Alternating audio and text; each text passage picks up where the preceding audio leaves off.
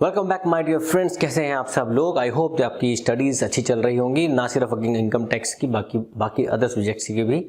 और आपको पता ही है इस चैनल के ऊपर हम लोगों ने बहुत सारे सब्जेक्ट कवर कर रखे हैं। तो प्लीज़ प्लेलिस्ट में जाके अपने छोटे भाइयों का, अपने दोस्तों का, उनके भाइयों का, रिलेटिव्स का, फ्रेंड्स की, सबकी हेल्प के लिए चैनल बना हुआ है। और एटलीस्ट उन स्टूडेंट्स के लिए जो आपकी नॉलेज में होते हैं, जिनके पास पैसे नहीं होते हैं ट्यूशन पढ़ने के लिए, उनके लिए चैनल स्पेशली बनाया गया है। So please help others so that God will help you. Thank you very much. So let's start. Salary का टॉपिक चल रहा है और सैलरी के टॉपिक में हम लोग पढ़ चुके हैं अब तक। सैलरी क्या होती है, बेसिक क्या होता है, अलाउंसेस क्या होते हैं, अलाउंसेस के अंदर कुछ फुली टैक्सेबल, कुछ फुली एग्जेम्प्ट और कुछ पार्टली एग्जेम्प्ट, उसकी लिस्ट हमने लास्ट क्लास में खत्म कर ली थी। आज हम बात करते हैं, आप भी क्योंकि सर क्वेश्चन नहीं करा रहे हो, क्वेश्चन मैं कराऊंगा, धीरे धीरे सारे कराऊंगा, लेकिन पहले बेसिक क्लियर कर लेते हैं। याद रखना, जब हम सैलरी को कंप्यूट कर रहे हैं तो आपको याद होगा हमने कैसे किया था ना, कि सैलरी लिए हमने बेसिक, डीए, बोनस, कमीशन, फिर अलाउंसेस, फिर रिटायरमेंट बेनिफिट्स, फिर आपके परक्यूजिट्स, उसके टोटल करके gross salary minus standard deduction under section 16, फिर उसके बाद जो आएगा वो हमारी नेट सैलरी। वो कहाँ चली जाएगी? वो चली जाएगी हमारे पंजे में। पंजा याद है ना, शिकारी का पंजा, इनकम टैक्स का पंजा। तो अब हर किसी में प्रोविजन होते हैं। जब अलाउंसेस किए तो उसमें कुछ माइनस कर दिया, एग्जेम्पशन। रिटायरमेंट बेनिफिट अब सीख रहे हैं तो उसमें कुछ माइनस कर देंगे, परक्विजिट में कुछ माइनस करेंगे। तो जो उसका नेट अमाउंट आता है वो हम ऐड करते हैं टोटल सैलरी में। तो अब हम बात शुरू करते हैं दोस्तों रिटायरमेंट बेनिफिट्स। पहले कुछ नाम सीखते हैं, रिटायरमेंट बेनिफिट्स का मतलब क्या होता है वो सीखते हैं। आपको पता ही होगा कि सरकार कहती है कि नॉर्मली हमारी जो वर्किंग एज होती है टिल 60 ईयर्स होती है। कभी कभी आपको क्या बोलते हैं उसको, एक्सटेंशन मिल जाता है तो 62, 63 भी चली जाती है। बट नॉर्मली ये कहा जाता है कि 60 साल तक काम करो, फिर थोड़ा आराम करो, ज़िंदगी के अंदर कुछ पूजा पाठ, कुछ धर्म का काम करो और आगे बढ़ जाओ। ठीक है, तो हर किसी का वही टारगेट होता है। लेट अस सी, एक टीचर की जर्नी मैंने आज तक देखी है कि टीचर को 60 साल के बाद भी उसको पढ़ाना ही होता है, 70 साल के बाद पढ़ा रहा होता है, उसको पढ़ाने की इच्छा होती है, पढ़ाता रहता है। एनीवेज, तो रिटायरमेंट बेनिफिट क्या होता है? जब हम किसी कंपनी में काम करते हैं, बिकॉज हम बात कर रहे हैं सैलरी की, तो जब हम किसी कंपनी में काम करते हैं तो हम जब रिटायर होंगे 60 साल के बाद, तो हमें कुछ बेनिफिट्स मिलते हैं, मिल सकते हैं, या हम कहते हैं मिलने भी चाहिए। ठीक है, तो वो कौन से बेनिफिट होते हैं पहले नाम सीखते हैं। बेनिफिट नंबर 1 कि सर मेरी नौकरी तो खत्म हो गई लेकिन पैसे आते रहें, पेंशन। नंबर 2, सर आप मेरी सर्विसेज से बहुत खुश हुए होंगे, मन से जो चाहो, दिल से जो चाहो, इच्छा स्वरूप आपकी इच्छा है, आपका मन करे तो ठीक है, बाकी तो श्रद्धा अपनी अपनी होती है। आप हमें कुछ लमसम पैसा दे दो, हम दे दो, मांगेंगे नहीं, ये सो इच्छा होती है। ये कई बार लिखा भी होता है कॉन्ट्रैक्ट में, लेकिन it is a amount which is an amount which is given as an appreciation by the companies to their employees for their loyalty, कि आपने इतने साल हमारे साथ काम किया, उसके लिए हम आपको कुछ अमाउंट देते हैं, उसका नाम बोलते हैं वो ग्रेच्युटी। फिर आपका प्रोविडेंट फंड, आपने नाम सुना होगा, कई लोगों के बारे में, कई लोगों के मुंह से हम सुनते हैं कि फला आदमी ने अपनी बेटी की शादी के लिए प्रोविडेंट फंड में से लोन ले लिया। प्रोविडेंट फंड होता है कि आपकी सैलरी से कुछ पैसा कट रहा है, एम्प्लॉयर के पैसे से कुछ पैसा कट रहा है और आपके लिए एक प्रोविडेंट फंड की स्कीम में पैसा जमा हो रहा है। वो पैसा आप ही के लिए फ्यूचर में मिलेगा, लेकिन आपको कुछ लोन की रिक्वायरमेंट है तो उसके अगेंस्ट में आपने लोन ले लिया और धीरे धीरे आपकी सैलरी में से वो लोन कटता गया। लेकिन अगर आपने लोन नहीं लिया तो भी ये पैसा आप ही का है जो आपको बाद में मिलेगा। उसके अलावा लीव एनकैशमेंट, जब भी आप किसी कंपनी में काम करेंगे या आप अपने घर में देखते होंगे किसी को कि आप वो घर में किसी कंपनी में काम कर रहा है तो उसको कुछ छुट्टियां मिलती हैं। छुट्टियों की कुछ कैटेगरी होती हैं, कुछ कैजुअल लीव होती हैं, कुछ सिक लीव होती हैं, कुछ मैंडेटरी होती हैं, कुछ गेस्टेड हॉलीडेज होती हैं। तो संडे, गेस्टेड हॉलीडेज सब काउंट नहीं होते छुट्टियों में। वो छुट्टियां जो इनके अलावा आपको मिलती हैं, कई बार कंपनीज में महीने में 2 छुट्टियां मिलती हैं, कई बार साल की 24 छुट्टियां ऐसे फिक्स कर देते हैं, ऐसे जब चाहो ले लो। तो कई लोग छुट्टियां नहीं लेते, वो कहते हैं हम खुश हैं अपनी लाइफ में, छुट्टियों की जरूरत नहीं है। कई लोग छुट्टियां कम लेते हैं तो उनकी छुट्टियां एक्यूमुलेट होती रहती हैं, एक्यूमुलेट। ये सरकारी विभाग में जाता होता है। बताया था ना मैं आपको, इस सैलरी चैप्टर में आपको ये तसल्ली होगी जान के कि हमें सरकारी नौकरी क्यों करनी है, सरकारी दामाद या सरकारी बहू क्यों बनना है। ठीक है, उसके बेनिफिट यहाँ दिखेंगे। तो आपने क्या करना है, लीव एनकैशमेंट, जो आपकी लीव आपके अकाउंट में बची हैं, उनको आप एनकैश करा लोगे रिटायरमेंट पे, तो आपको एक मुश्त बहुत लमसम पैसा मिलता है। ये हो गया मेनली। उसके अलावा सर VRS होता है, वॉलंटरी रिटायरमेंट कॉम्पनसेशन, VRC बोलेंगे हम इसको। कई बार सरकारी विभाग के अंदर गवर्नमेंट के साथ हम बात करते हैं तो उनके डिपार्टमेंट में बहुत सारे लोग ज़्यादा हो जाते हैं, सरप्लस हो जाते हैं, तो उनको निकालना होता है। अब ये तो है नहीं कि निकल जाओ, ऐसे तो बोलेंगे नहीं। प्राइवेट की तरह तो बोल देंगे ना कि आपकी जर्नी यहाँ तक बड़ी अच्छी थी, we wish you all the best for your future endeavours, वो तो बोलना नहीं है।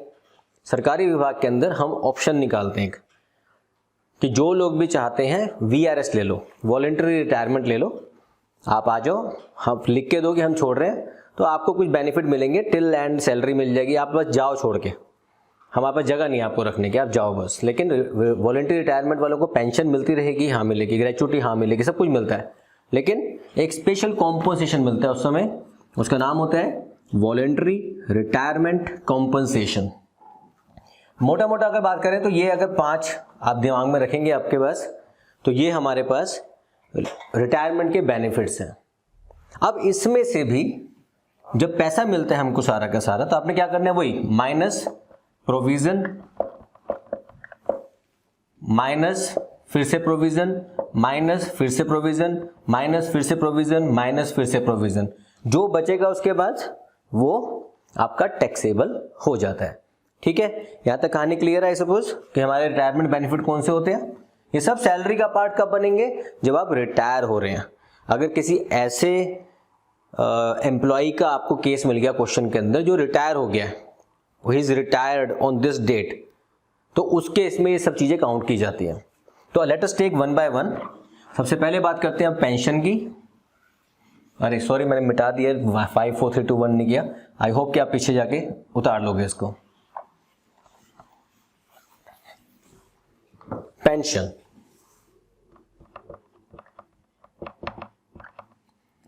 पेंशन में देखो 2 पार्ट होते हैं, लेकिन पहले पेंशन का समझ लो। एक सोचो कि गुल्लक है, उस गुल्लक में बहुत सारा पैसा इकट्ठा हो गया है, जब गुल्लक फोड़ी आपको बहुत सारे पैसे दिख रहे हैं, सारा पैसा इकट्ठा नहीं मिलेगा आपको। पेंशन के अंदर रूल यही होता है। 2 तरह के पार्ट होते हैं इसके अंदर, एक होता है अनकम्यूटेड और एक होता है कम्यूटेड। अनकम्यूटेड का मतलब होता है जो रेगुलर मिलता रहेगा आपको, पीरियोडिकल मिलता है।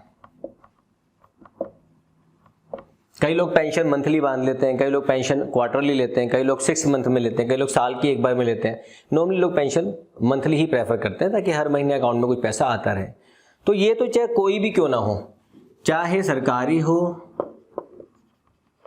चाहे नॉन गवर्नमेंट हो एम्प्लॉय, ये फुल्ली टैक्सेबल होता है। ठीक है, ये कहीं लिख लो क्योंकि मैं हटाने वाला हूं इसको। वो सब इसको हमें कुछ टच नहीं करना, हमारी जो कैलकुलेशन आती है ना फंसती है, वो सारी यहाँ फंसती है। तो चाहे सरकारी हो चाहे गैर सरकारी हो, आपके लिए ये अनकम्यूटेड पार्ट महीने में मिलता रहेगा, टैक्स लगता रहेगा, जब जब मिलेगा टैक्स लगेगा। जैसे बेसिक सैलरी होती है, कमीशन है, बोनस है, वह सैलरी आपकी टैक्सेबल होती जाएगी। ठीक है, हटा दो इसको। चलो, ये आसान था। कम्यूटेड, कम्यूटेड का मतलब क्या होता है? कम्यूटेड का मतलब होता है लंप सम।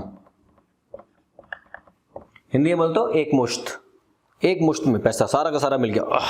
कुछ पैसा इकट्ठा मिलेगा, कुछ हमें इंस्टॉलमेंट में मिलेगा। तो जो पैसा इकट्ठा मिलता है, लमसम भी बहुत सारा मिलता है। कई बार कई लोगों ने 45% पेंशन कम्यूट कराते हैं, कई लोग 50% कम्यूट करा लेते हैं, जितनी भी ऑप्शन मिली होगी। मतलब अगर आपके बॉक्स में 100 है तो आपने कहा कि सर मुझे 45% कम्यूट कर दो, तो आपको 45 रुपीज कम्यूट हो गए और 55 के ऊपर पेंशन चालू हो गई हर महीने की। ठीक है, तो ये 100 इसलिए बोलो तो कि ये यूज होने वाला है, ये 100 अभी। अब कम्यूटेड पेंशन जब मिलती है तो इसको भी 2 पार्ट में डिवाइड करते हैं कि सरकारी लोगों के लिए, गवर्नमेंट एम्प्लॉय, या मैं शॉर्टकट लिखता हूं, प्लीज आप लोग फुल फॉर्म लिखना, और एक non government employees.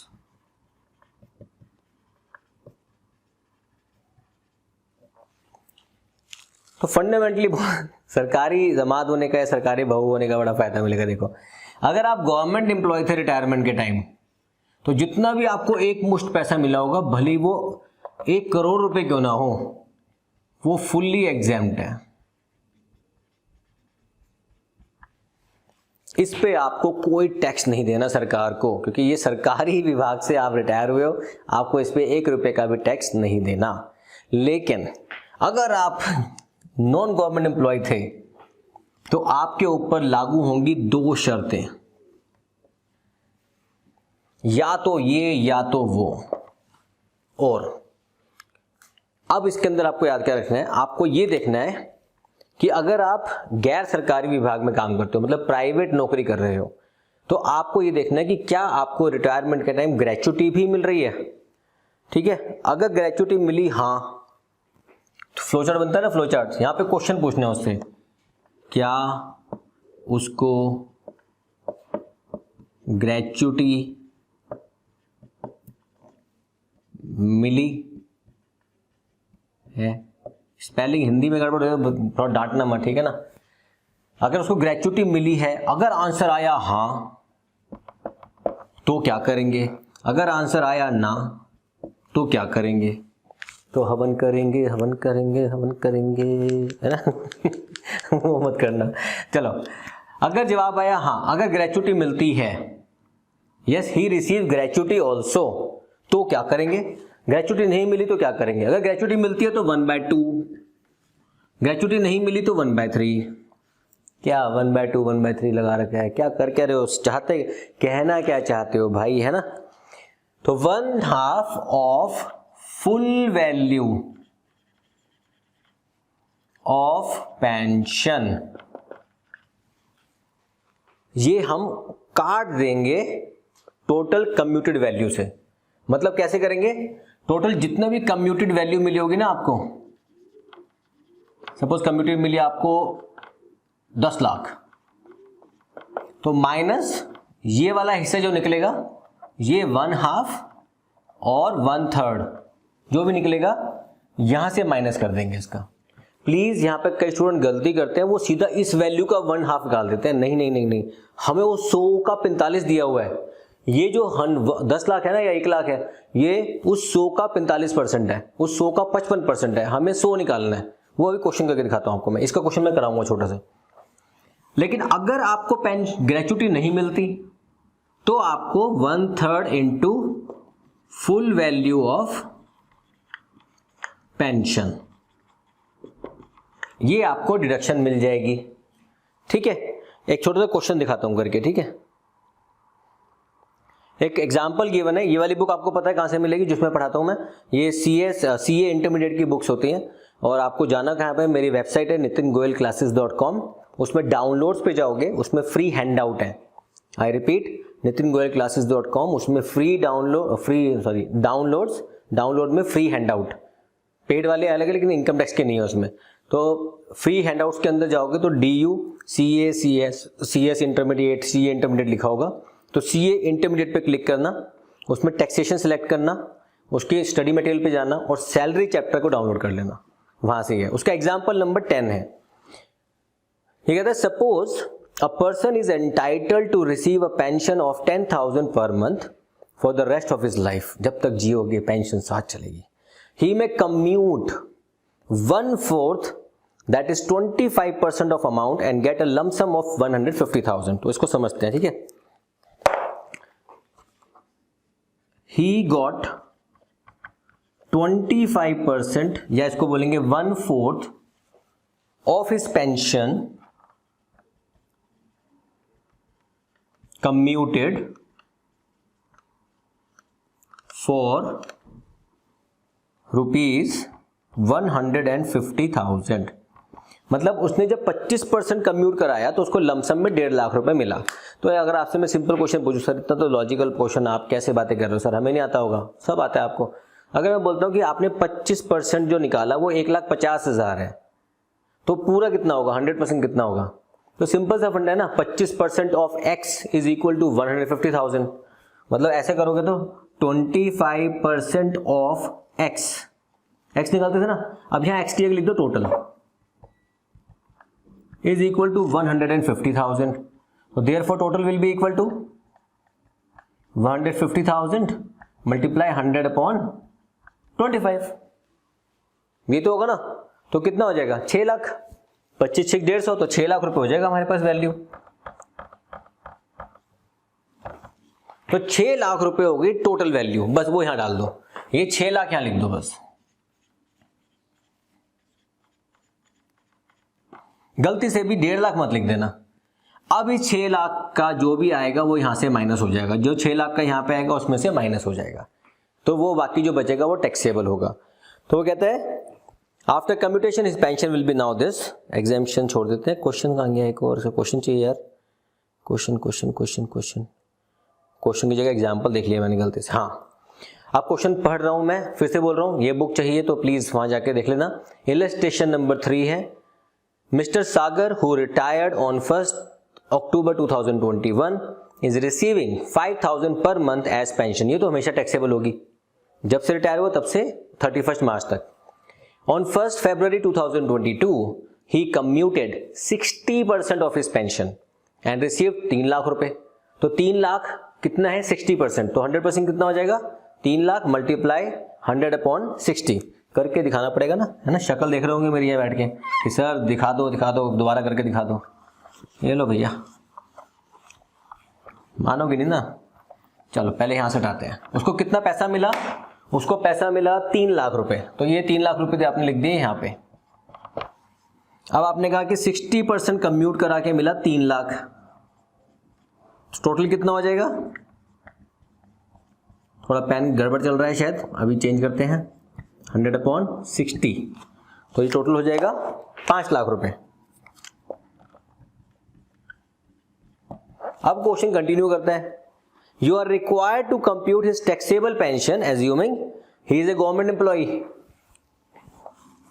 Government employee जी सदके ससुर जी कोई टैक्स नहीं देना, फुल्ली एग्जाम्प्ट। लेकिन किस पे, सिर्फ कम्यूटेड वैल्यू पे, अनकम्यूटेड पे आपको देना पड़ेगा tax. He is a private sector employee and receive gratuity. Gratuity मिली है, हाँ जी मिली है, तो 1/2 मल्टीप्लाई 5 लाख। 5 लाख कहां से आया, ये जो निकालता 5 लाख। ग्रेचुटी नहीं मिलती है तो कोई बात नहीं सर, 1/3 इंटू 5 लाख। जो भी आएगा, अगर जैसा भी केस होगा उसको यहां से माइनस कर दो 3 लाख में से। तो हमारा पहले जो केस आया गवर्नमेंट, तो वो तो छोड़ ही दो उसको, खैर प्राइवेट सेक्टर में ग्रेचुटी मिलती है तो 1/3 आ गया। 1/3 का निकाला जब हमने तो वो आया 1,66,667। इसको जब करोगे तो नहीं कोई गड़बड़ हुई है, 40% ऑफ 5,000 लेस एग्जेम्प्ट, नहीं इसने कुछ गड़बड़ किया क्वेश्चन में।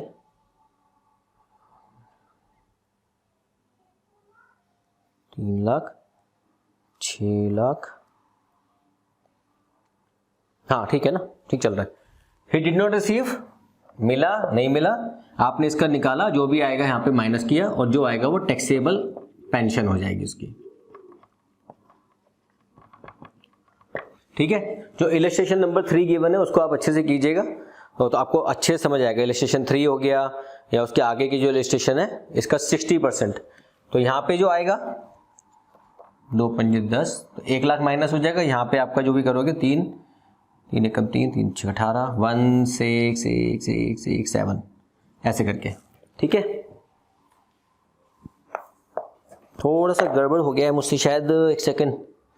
ओह रेट गलत लगा दिया मैंने, सॉरी यहाँ पे गलत कर दिया। अगर हाँ है तो 1/3, सॉरी अगर ना है तो 1/2। ठीक है, मैंने गलती से वो भावुकता में जल्दी बढ़ा दिया। अगर हाँ है तो 1/3 of full value of pension. अभी मैंने देखा ना, मैं क्लैरिटी आ गई, मेरी गलती हो गई है। और अगर ना है तो 1/2 of the total value of pension. Concept वही रहेगा, पढ़ाने का तरीका थोड़ा सा वो लिखने में गलती हो गई है, वो क्या कहते हैं गलती से मिस्टेक हो गई, गलती से मिस्टेक। तो प्लीज़ इसको आप ढंग से समझिए। इसके क्वेश्चंस मैं जब पूरा समझा दूंगा चैप्टर को, उसके बाद धीरे धीरे क्वेश्चंस लेने शुरू करेंगे इसके। ठीक है, प्लीज़ डू इट नाउ। उसके बाद शुरू करते हैं ग्रेचुटी।